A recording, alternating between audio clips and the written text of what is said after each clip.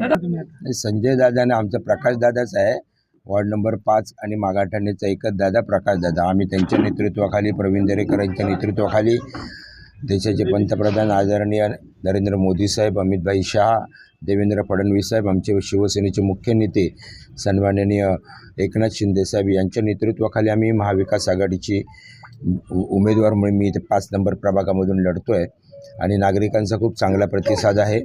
नागरिक उत्स्फूर्तपणाने माझं स्वागत करत आहेत आणि त्याचं रूपांतर 15 तारखेला मतदानाच्या माध्यमातून होईल अशी मला खात्री आहे।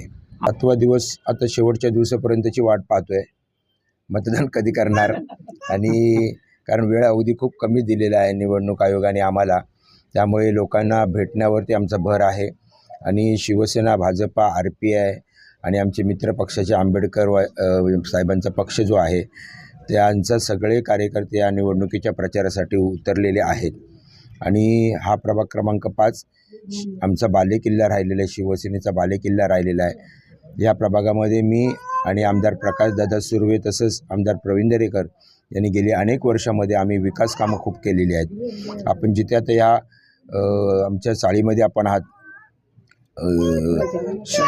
साईधाम चाळ आहे, मारुती नगरमधले इकडचेही स्लम विभागातले जे प्रश्न होते ते सगळे मी आणि प्रकाशदादांनी सोडवले। इथला पाण्याचा प्रश्न, इथल्या शौचालयांचा प्रश्न आहे, इथल्या लोकांच्या घराचा प्रश्न आहे, हे सगळे आपण कामं केलेली आहेत।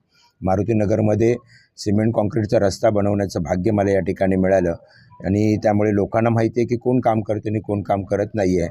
त्यामुळे निश्चितपणानं मतदार प्रचंड मताने मला विजयी करतील असा विश्वास आहे। विपक्षांवरती काहीच बोलायचं नाही, कारण विपक्ष आहेच नाही आहेत माझ्यासमोर, त्यामुळे त्यांच्याबद्दल बोलण्यापेक्षा मी माझ्या विकास कामांबद्दल बोलीन, मी काय केलं आणि काय करणार आहे ते बोलीन।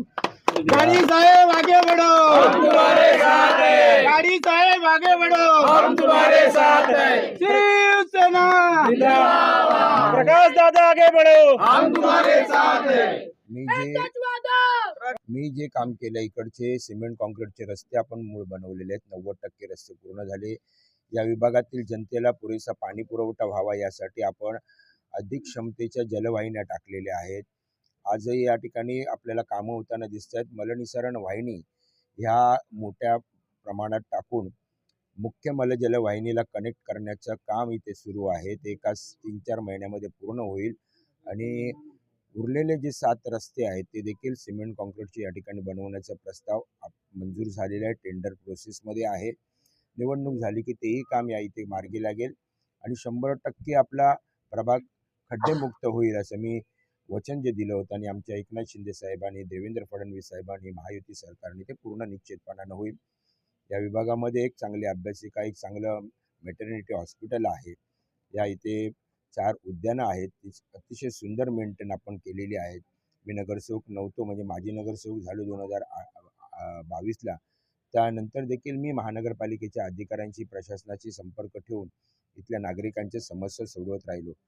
वॉटर मीटर, गटर ही तर कामं आहेतच, परंतु निवडणुकीच्या पूर्वी माननीय आमदार प्रकाशदादा सुर्वे यांच्या मार्गदर्शनानुसार विभागामध्ये अनेक गटारांची दुरुस्ती केली, राधीकरण केलं, शौचालय बांधली, शौचालयांची दुरुस्ती केली निवडणुकीपूर्वी, माजी नगरसेवक असताना।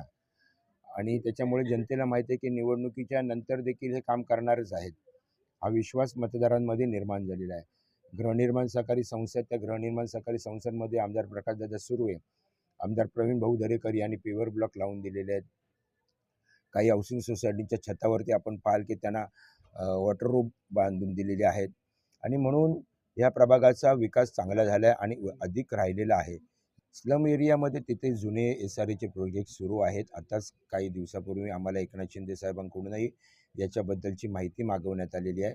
महाराष्ट्र शासनाचं धोरण आहे की मोठमोठे क्लस्टर डेव्हलप करायचे आहेत, त्याच्यासाठी सर्वेही झालेला आहे। मला वाटतं 16-17 असे मोठे मुंबईतले क्लस्टर आहेत की जिथे शासन आपल्या हातामध्ये हे प्रोजेक्ट घेऊन करणार आहेत।